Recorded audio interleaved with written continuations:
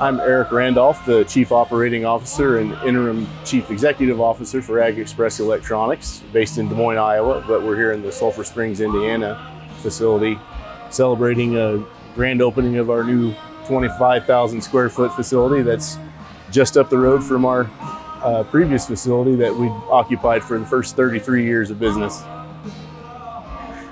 This new facility gives us room to grow. The fish had grown as large as the aquarium would allow in the old facility, so gives us more room to grow, gives us more equipment that allows us to increase our efficiency and our effective output, allows us to invest in some new technology that allows us to conduct more repairs for the customers. And when the ag economy struggles, there's a call for more repairs and remanufacturing. And in supply chain problems, the issues that we've had in the last several years, repair helps solve that problem of unavailability of parts and obsolescence of electronic components. So we're very happy to be expanding our repair department here and adding more technicians, expanding our capabilities. So we're focusing our ag brand into our more rural ag community-based locations. So Sulphur Springs, Indiana,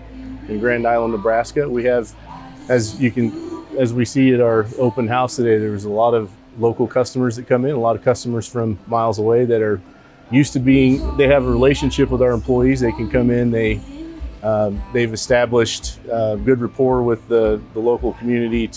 People are comfortable to bring their problems to us, no matter what they are, and usually because we can find a way to solve those problems with our repairs, or we can manufacture a cable that wouldn't exist unless we made it, or just very solutions-focused organization. And farmers are very solutions-focused people, so they appreciate the services that we provide, and they're always looking to support our growth.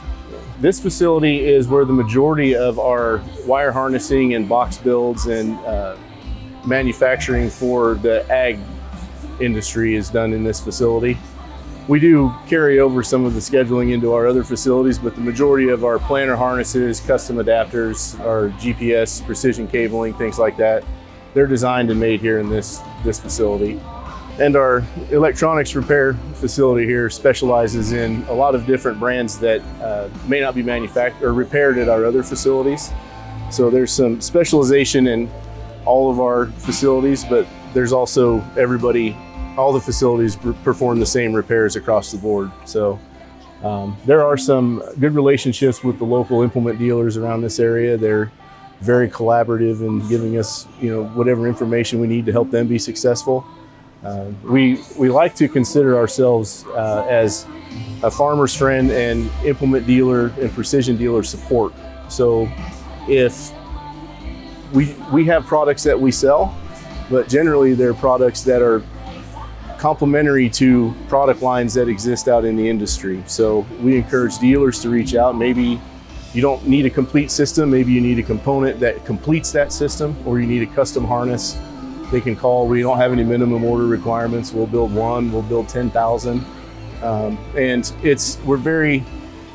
we appreciate that relationship we have with implement dealers and precision dealers, because it helps us innovate, it helps us grow, and we can take the work that we collaborate on with these dealers and these other customers, and we can add to our portfolio, which helps customers on a broader scale. So it's really been a great relationship, and we love to expand in these ag-centric communities. I mean, it doesn't get much more red-blooded American than right here smack in the middle of Indiana. So we want to expand where there's room to expand. We've got capability to add on. We could add additional shifts. I believe we're the largest employer in this area, but every company likes to think that.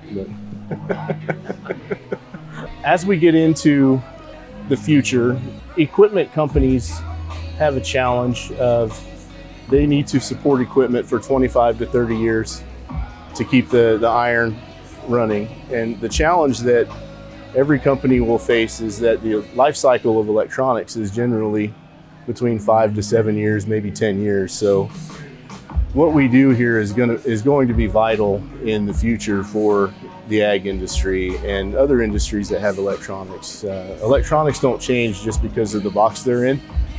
So we have a lot of possibilities in our other facilities to expand into other industries, but within the ag industry, we're focused on repair and replacement opportunities. So there's going to be some products that we'll be releasing here in the near future that are aftermarket replacements for electronics assemblies that are no longer manufactured because of parts obsolescence, or our engineers will develop a repair that solves an obsolescence problem. If a repair part isn't available, we'll design a replacement. Sometimes that may be some additional circuitry, or we have a lot of vendor relationships that we can leverage to solve those problems that exist in the electronics industry and in the ag industry. So it's very interesting, 5-10 year period coming up. As the economy, as the ag economy continues to struggle, repairs are going to be as important as ever, and fighting that battle takes an investment in innovation. It takes an investment in time, capital. So all those things are what we're committed to solve those problems.